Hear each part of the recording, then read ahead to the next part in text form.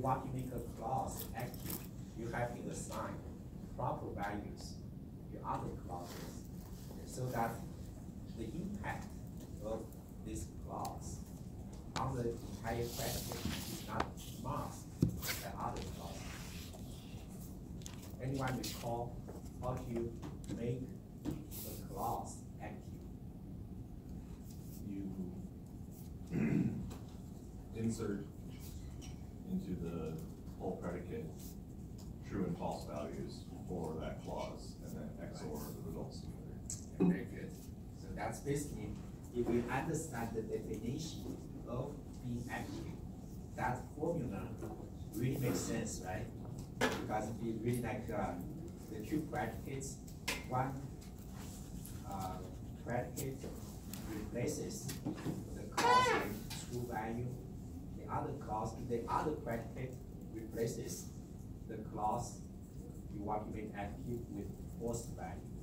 So if you recall the definition, these two predicates basically are the flip of each other, and they have to have different predicate values, and that's why the exclusive OR has to be true. So if you really understand the definition of active clause, the formula makes much more sense to you. You don't have to remember, okay? You don't have to memorize, you need to remember, but it makes much more sense for you to understand. And if you want to generate test cases to do active clause testing, we have to, that's the first step. Okay? We have to know how to make a clause active. So what we're going to discuss next is how we're going to actually generate test cases, okay, to satisfy the different active clause coverage criteria. I believe we finished this one, okay, and we stopped at this slide last time because I didn't want to rush. So let's say we're going to take this as an example, this predicate as an example. And we're going to say how we're going to actually generate test cases, okay, to satisfy GACC, CACC, and RACC. So what I'm going to do is that I'm going to do it step by step on the whiteboard. Okay, I think you can just keep the projector on.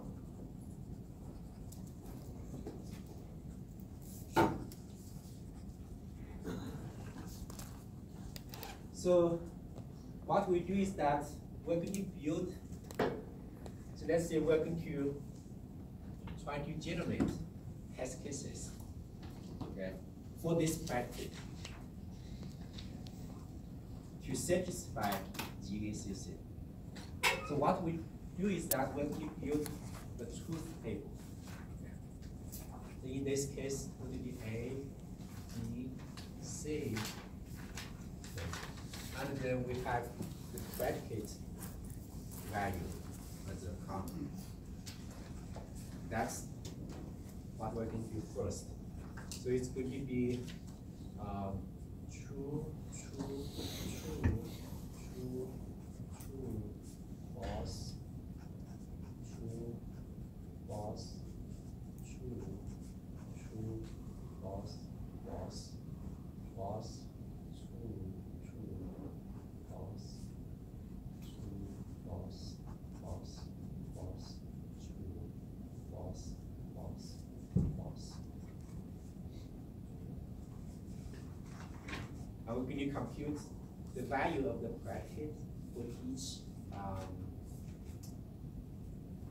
we can call it each test case for each combination of the clauses. Yeah. So true to true, the whole predicate would be true, right? True to false would be false because C is false, the conjunction is false. True, false, true would be true. true, false, false would be false, right? False, true, true would be true. False, true, false would be false. False, false, true would be false.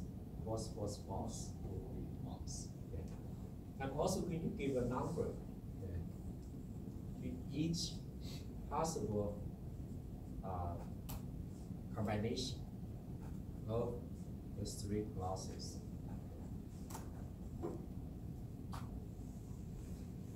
One, two, three, 4, 5, 6, 7,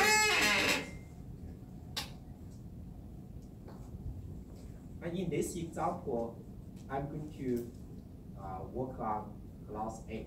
I'm going to generate test cases for clause A to satisfy GUCC. Remember, to satisfy GUCC for the entire bracket, you have to do it for the clause, okay, which we will not show here, but the same process will apply. So what we do next is that I'm going to add a new column called P sub A. P sub A indicates whether the clause is active or not. In this case, whether A is active or not, each test case. Did we do the PA for this predicate last time? Let me see. Probably not. We can do it here. Okay.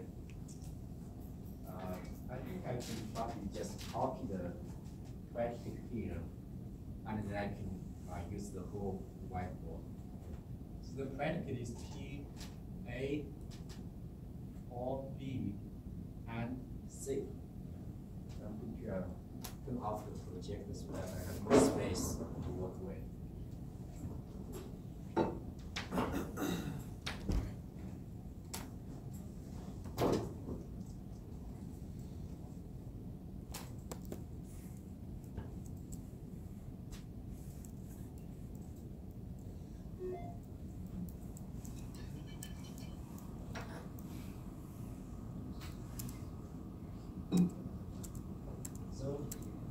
We're going to compute this condition, right? This condition is, if you recall, is the exclusive OR of these two factors. So the P A equals true, which would be true or B and C. Okay, so this would be the disjunction would be true and C, so it would be C, right? So it has to be true. Okay. A equals false, so it would be false or B and C, so it can be false. It's going to be B and C. Okay? Is that right? Yes. You can drop false from a disjunction. Okay. So now we're going to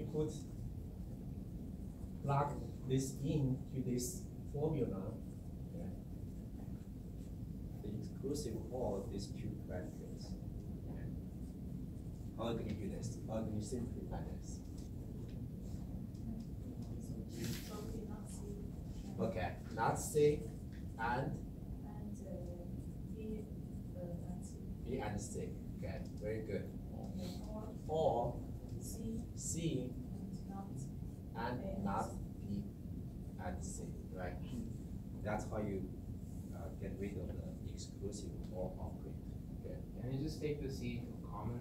And just take C out. Do like can you extract C out? Yeah. I don't think well, what you want to do? Let's say you want to just say C and C. No, it's the T and C, right? So that is still there. And then you have T and C XOR B and C. Instead of simplifying the T and C to. You mean push like this? Push it in? No. Can I do it? No. Can I just do it? Okay.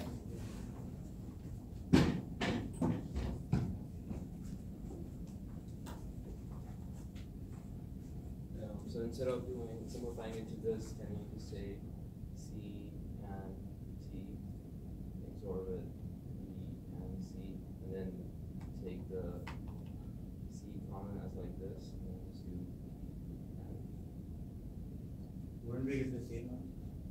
then this is easier to do, right? Well, let me see this.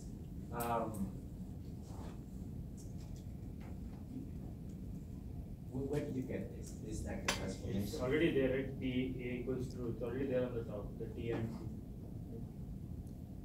Yeah, basically I didn't simplify this, I just wrote this over. Yeah, I know. So basically what you are saying is that this is one way to get rid of exclusive OR.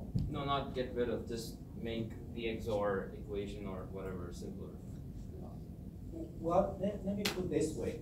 I don't know if this transformation is equivalent to this one, to this one, whether you could like extract C out. Because for logical operators, isn't this like the, I don't know what it's called, but the distributive property, like C and T XOR. I don't know, yeah, I don't know if that applies to exclusive OR. I'm not quite sure, okay?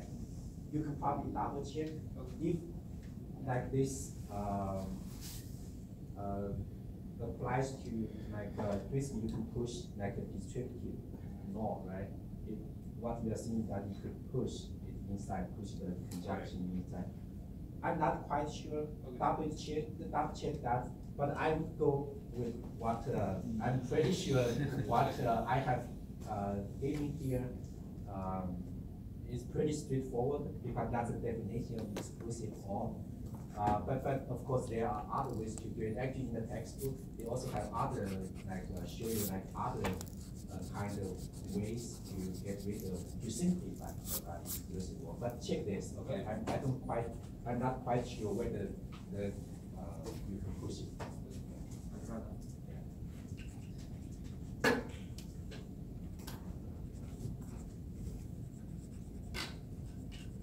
But of course, there are other ways to simplify. Okay, this is just one way to simplify, which to me, it's kind of more straightforward. Okay. And another thing is that why I say it's not, I'm not quite sure, is that some like even though, for example, maybe this you could push it in, right? Yes. But I'm not sure about the exclusive OR. It may be different. Okay, I don't quite remember that. It depends on what kind of operators you are talking about. It's not like always you can push it. Anyway, coming back to this one, now we can simplify this, right? This is a contradiction, right? You cannot have not C and C. Never be true, right? That's going to be false, right? And this one, so this one you can push it in, definitely, right? But not necessarily for exclusive operator or operator. So first you push negation in, okay? So not B or not C. Okay? And F can be dropped, right? From a disjunction. And then now you have this part, now you can push it in, okay? So it's going to be C and not B, or C and not C, okay? So you get C and not B, or false. This one can be dropped. So I think you got the same result. Yeah. That's what you like, yeah. So C and not B would be the condition you have to satisfy to make it active. So here, we're going to put it here, C and not B, okay? And then we can evaluate this condition for each test case. Yeah. So this one would be false, right? Because B is true, right? And this one would be, this one would be false, right? Your C is false. And this one would be true, right? Okay. It basically evaluates this condition. And next one would be false. This one would be false because B is true, so not B is false. This one would be true. This one would be false. false. No, 6 is false. C is false. Oh, okay. Okay. Actually, it's better to write So I guess- not B and C. Yeah, I guess the order confused. Confused. Yeah, okay. So not B, so this is true, this is This true. is true. Okay. And then false, this would be false. Okay. Let me double check. So this one is false. This one is true, right? But this one is false. Okay, this one is false. This one is true. This one is false. This one is false. So I think we have it right now. Okay. So what this means that so A is active in test case 3 and 7. Okay. So these are the only two test cases in which A is active. Okay.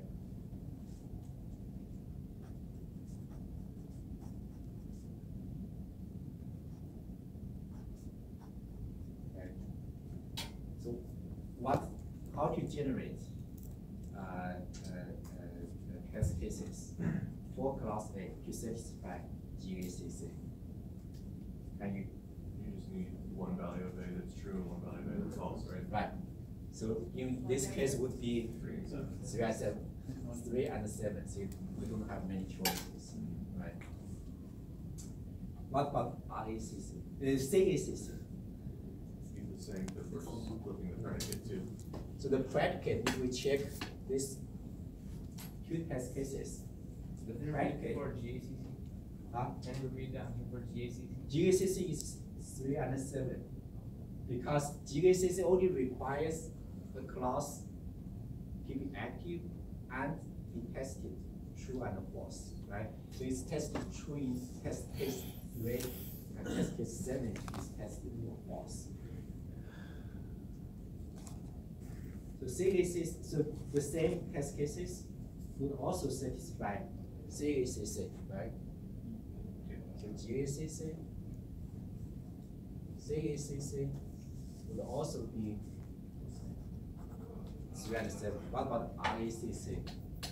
Would these two also satisfy RACC? Amazingly not. That's right. So in this particular example, the same test cases satisfy the 3 different coverage criteria. Okay. Another good example for illustration, right? So we're going to do one more, okay? We're going to say, how we're going to, let's say, what if we try to test for class C?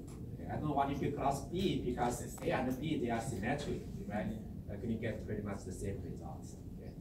So I'm going to do treat for class C. Okay, let's see if we have some different, more interesting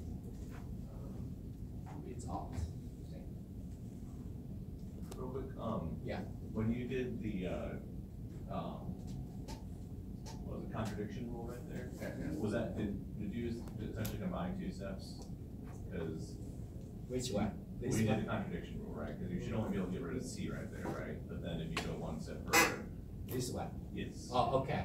Yeah, Was I that 2 guess steps? kind of Okay. 2 steps. Just So making not C and C would be false, and false and B would be also false. Yeah. Just making sure. Yeah, sure. So can I erase this? Yeah. Is that test case for just one? Yeah, that's right. So you for the entire predicate, I mean, for A, B, C, okay? But you repeat the same process. I'm going to C, okay? B is pretty much the same, okay? Because they are symmetric. Okay? So that's, but you are right. The entire predicate you have to do for each clause.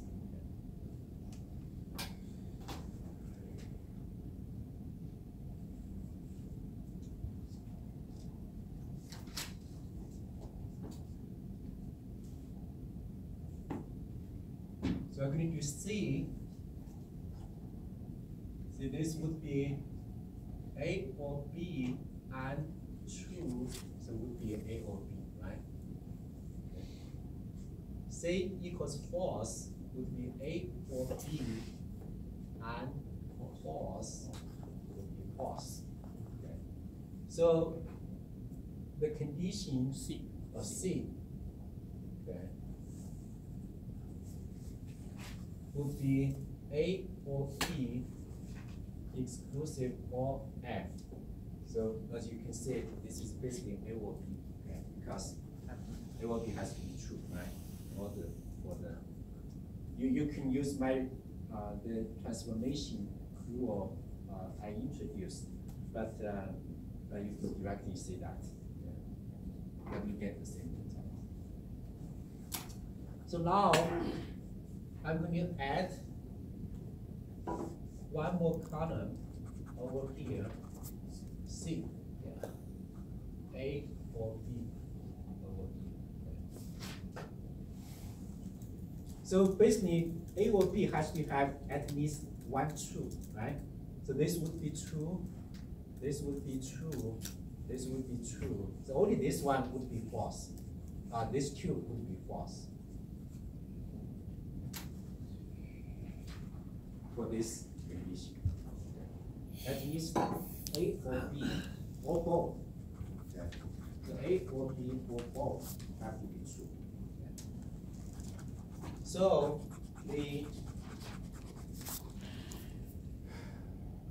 basically 1, 2, 3, 4, 5, 6. These are the test cases in which B is active. C is active. Or C is active. Is that right? Yeah. C is active. Yeah. So basically, when we do active class testing, you only consider for class C, you only consider these 6 test cases. Like 7 and 8, in which C is not active, they are not candidates at all. Okay. So now, if we want to do GACC, what kind of test cases? So let me clarify, okay? Here in the class, what I'm going to do next is probably going to show you like all possible test cases that you could use to satisfy a given criteria. But in practice, you only need one pair of test cases, okay, for each class. And in the homework assignment, or yeah, we are going to clarify, okay, whether I want you to do like to show all the test cases, all possible test cases, or just one, okay.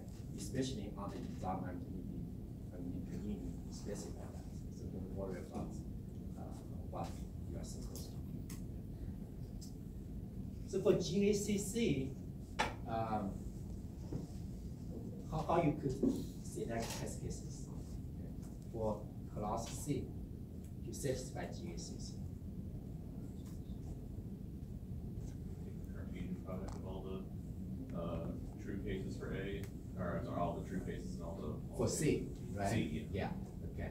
So you divide all the test cases in which C is active into 2 groups.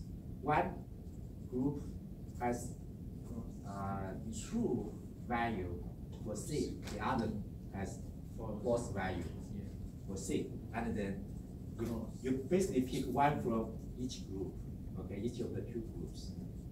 Any possible combination would satisfy GACC. Okay.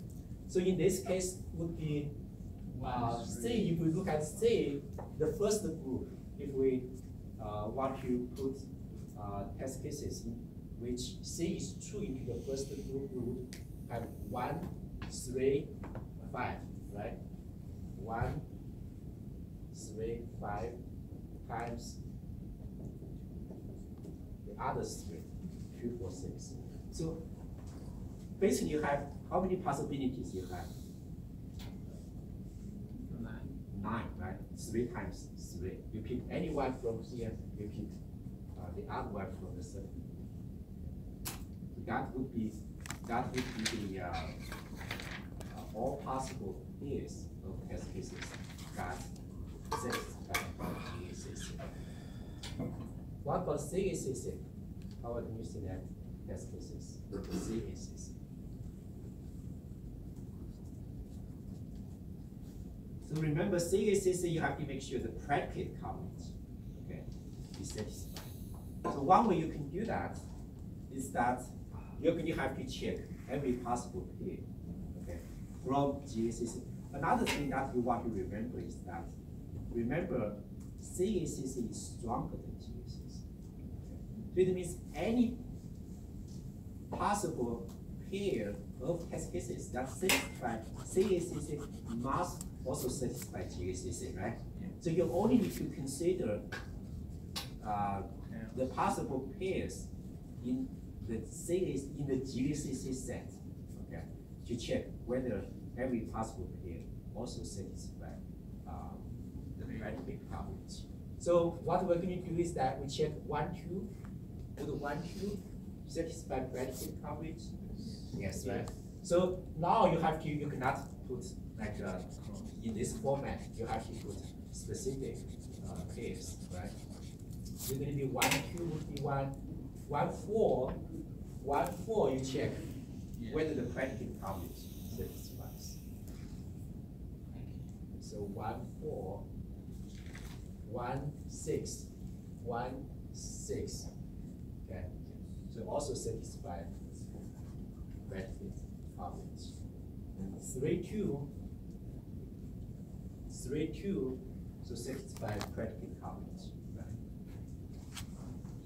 3, 4, 3, 4, satisfy coverage, predicate coverage.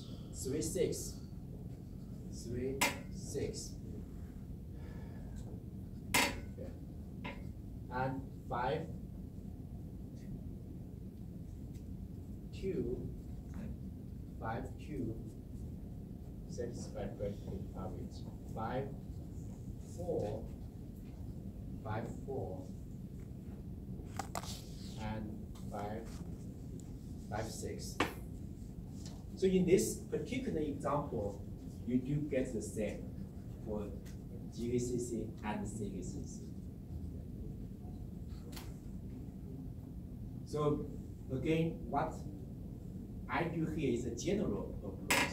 In this particular case, you can probably say like 1, 3, 5, they all have true value, 2, 4, 6, they all have false value, so you can keep, you can tell it would be the same, right?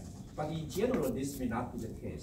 So the general approach, if you imagine you're going to use a computer to do this, you have to do what I do here.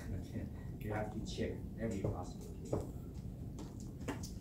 What about the RACC?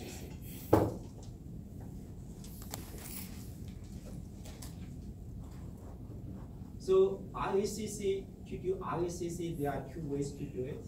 Okay. One is like you're going to check every possible pair in CACC. You don't have to check GACC, okay? Because RACC is stronger than CACC. And so the possible pairs of test cases for RACC must be a subset. Okay? Must be a subset of the possible pairs of test cases for CACC. Okay? So you could check each one to see whether each pair satisfy RACC. Okay? We can do that now. 1, 2. Okay? So the minor clauses has to be the same, right? So we're talking about the A and B have to be the same. So this is true. Okay. 1, 4. 1, 4. So the minor clauses have different values. So 1, 4 does not count. And cannot satisfy RACC. 1, 6, the minor clauses have different values, so it does not satisfy RACC. And we move on to the next one, 3, 2. 3, 2. So it's not, right? 3, 4. Yes. Okay. 3, 6. Okay. 3, 6. No, right? Okay. And then 5, 2. 5, 2. So this is false true, this is true, true. No. 5, 4. 4. They have different values. 5, 6. Would satisfy RACC. And as you can see here, there's a shortcut, right? So a test case can only be paired with at most one other test case to satisfy RACC. So as long as you say when you check the 3 pairs, both involve test case 1, as soon as you find one pair that satisfies RACC, you could stop, right? Because there's no way for you to pair the same test case with two different test cases to satisfy RACC. So that's why we have like 3 possible pairs that satisfy RACC. So that's one way to do it. Okay, I guess the other approach you could do it is that you could divide the all possible test cases in which the clause is active into pairs, okay, different pairs in which the minor clauses have the same values. Okay, so what I mean by that is that if you look at the 6 possible test cases in which C is active, right? So what we can do is that we basically consider put them into pairs, okay, in which the minor clauses have the same values. So this would be 1 pair, this would be 2 pairs, this would be 3 pairs. Okay. And then you check for each pair, you check well, you don't even need to check without constraints, right? These 3 pairs, when you put them into the pairs, then those pairs would satisfy RACC by definition. Remember, the key is that we only consider those active test cases in which C is active. Okay. Some test cases C may not be active, Okay. Because we only consider test cases in which the clause is active, then what we do here, if you could pair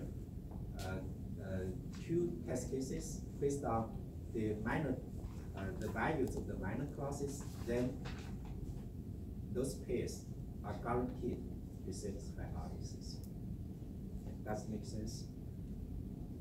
If it does not, then one of the test cases would not be active. So because we only consider active clauses, so what we do here, if you could pair 2 test cases together, they must satisfy RACC. So this is basically how we generate test cases, okay, to satisfy the 3 different active clause coverage criteria. And that's the homework problem. Around there. Yeah, that's right. So after this class, you should be able to know how to work on the questions before we move on?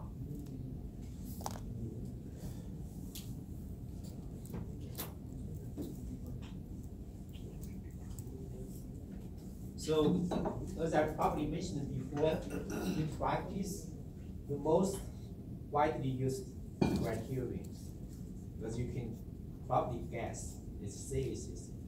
It's a kind of a good balance. GACC is not adequate.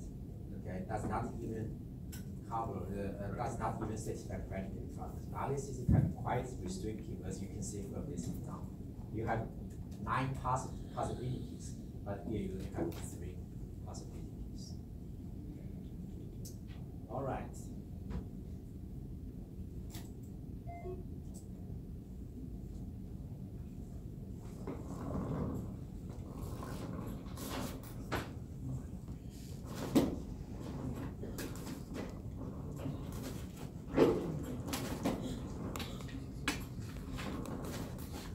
It's a mystery to me that how we can Pull it outside and pull it then- out. Yeah. Oh, okay, yeah, okay. That's,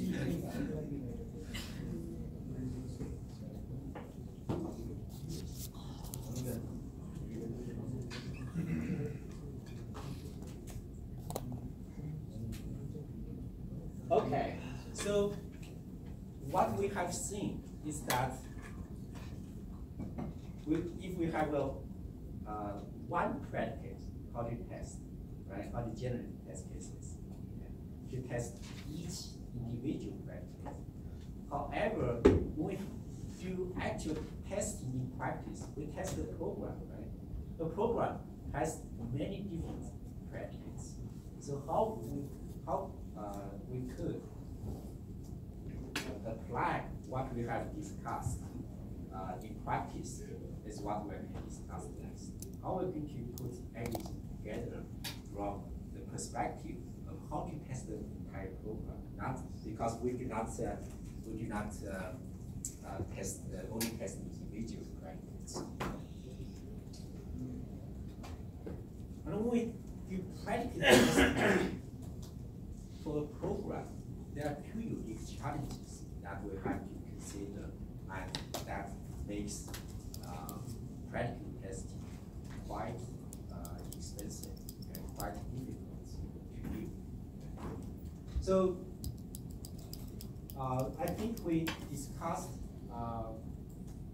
especially the first challenge, kind of similar to what we discussed before, like the necessary conditions for you to detect the fault, right? So reachability, what it means is that if I want to test the predicate, okay, the test inputs I gave, okay, remember when we test the program? So the test case for a program is basically the external inputs, right? The input parameters that you take from by the main function, okay? So it's the external input values